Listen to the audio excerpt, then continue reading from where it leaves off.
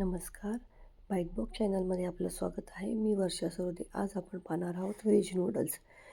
अतिशय सोपी रेसिपी आहे आणि सर्वात मेन म्हणजे मुलांना खूप आवडणारी रेसिपी आहे. यामध्ये पातेल्यात पाणी गरम करायला ठेवून मी नूडल्स टाकलेले आहेत आणि छान उकळू द्यायचे आहेत. त्यामध्ये हलकं तेल टाकलेले आहे. ह्या नूडल्स मी बाजारातल्या विकत घेतलेल्या आहेत.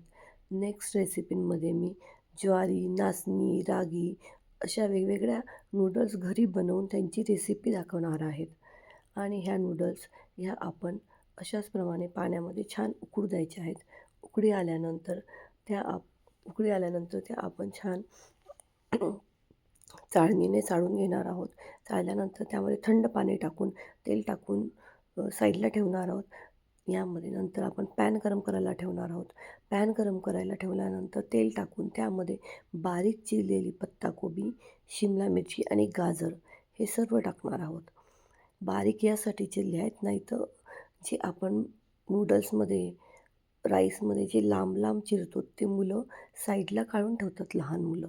बारीक चिरल्यामुळे हे छान नूडल्सला चिपकतात आणि राईसला आपण राईस बनवतो, फ्राईड राईस, शेजवान राईस त्यामध्ये सुद्धा हे छान राईसला चिपकून राहतात. त्यामुळे मुलं हे साईडला काढू शकत नाही आणि खायला टेस्ट याची भाज्यांचा फ्लेवर माऊथमध्ये छान येतो.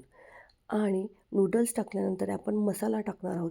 मसाल्याची रेसिपी नेक्स्ट व्हिडिओमध्ये मी शेअर करणार आहे. हा मसाला मी घरी बनवलेला आहे आणि अतिशय सुंदर हा मसाला झालेला आहे. मी तुम्हाला मसालाही शेअर करेल.